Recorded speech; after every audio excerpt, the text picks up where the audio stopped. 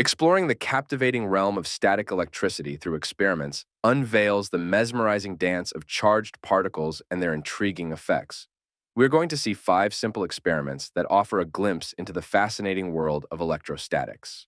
We are going to use 2 materials in most of the experiments, a PVC pipe and a wool sweater. Experiment number 1, pepper levitation. Begin by rubbing the PVC pipe vigorously against the wool sweater. This action transfers electrons from one material to the other, resulting in a charge imbalance and creating an electric field around the charged object. With the object now charged, sprinkle a small amount of pepper onto a clean, dry surface. As the charged object is brought near the pepper, something magical occurs. The tiny pepper particles, typically inert and unaffected by ordinary forces, suddenly come to life. They leap from the surface, defying gravity, and cling to the charged object as if drawn by an invisible force. This mesmerizing display can be attributed to the principles of electrostatics. The positive or negative charges present on the charged object attract the opposite charges in the pepper particles, causing them to move toward the charged object. You can try it with other materials like seasoning, instant noodles, paper, hair, and plant leaves. Experiment number 2, rolling cans.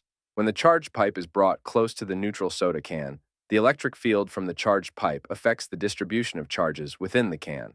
The electrons in the atoms of the can are repelled by the negative charge on the pipe and move away from it, towards the far side of the can.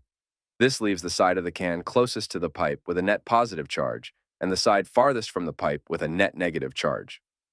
This redistribution of charges within the can is known as charge polarization. Now, because opposite charges attract, the positively charged side of the soda can is attracted to the negatively charged pipe. This attraction is what causes the soda can to move towards the pipe. You can try it with a soap bubble. And you can even bend water. That's because water molecules are polar molecules. Experiment number 3, electroscope. An electroscope is a simple device used to detect the presence and magnitude of electric charge. It typically consists of a metal rod with a metal ball or disc at the top, enclosed in a glass or plastic case. I am going to take 2 pieces of aluminum foil and put it on the hook. When an object with an electric charge is brought near the metal ball or disc at the top of the electroscope, the charges on the object will induce a redistribution of charges within the metal rod and ball. The like charges in the metal rod of the electroscope repel each other. This causes the charges to redistribute themselves in the rod and the connected conducting material, usually metal leaves. The repulsion between the like charges in the metal rod causes the leaves to move away from each other. Since both leaves have acquired the same type of charge, either positive or negative, they repel each other due to electrostatic repulsion. Without contact. Experiment number 4, rolling straw. I am going to balance a straw on this glue stick. Then I am going to rub a piece of paper with the PVC pipe instead of the wool sweater. You can try it with other materials, like a balloon or a dog. That's because we have a triboelectric series.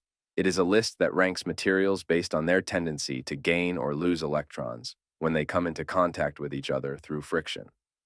Materials at the top of the series tend to lose electrons and become positively charged, while materials at the bottom tend to gain electrons and become negatively charged. Now let's get the PVC pipe close to the straw. It is repelled.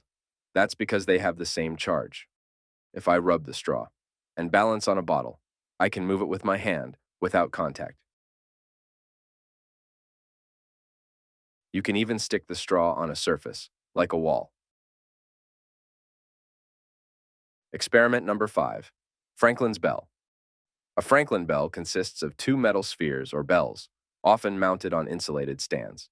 I'm going to use 2 empty soda cans, a chopstick, and a thread. I'm going to attach one end of the thread on the chopstick and the other on the tab. Now I fit the chopstick in the tab of another can and put a piece of plastic under the same can to isolate it. Initially, the cans are neutral.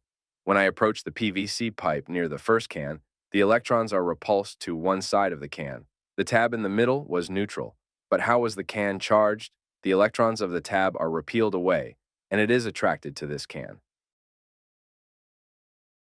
When it touches it, the electrons flow in this direction. Now, we have a negatively charged tab that moves to the other side due to repulsive electric force and gravity. When it hits this side, the electrons flow to the ground. Now we have a neutral tab, and gravity pulls it back down. This process repeats as long as I keep the pipe close.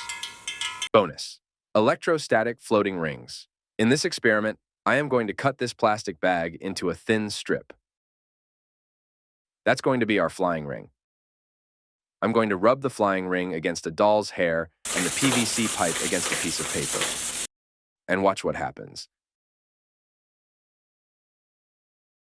You can also try with soap bubbles, as we did in a previous experiment.